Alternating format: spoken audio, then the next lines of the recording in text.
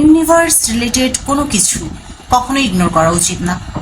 আপনাদের মনে আছে ছোটবেলায় আমরা যখন তাড়াহুড়ো করে বের হতে যেতাম, কোথাও ধাক্কা খেতাম বা হোঁচট খেতাম, আমাদের মা সব সময় আমাদের নিষেধ করতেন তখন বের হওয়ার জন্য। কেন জানেন?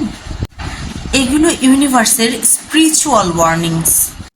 এর মানে ইউনিভার্স চাচ্ছে আপনি কিছুক্ষণের জন্য থেমে যান।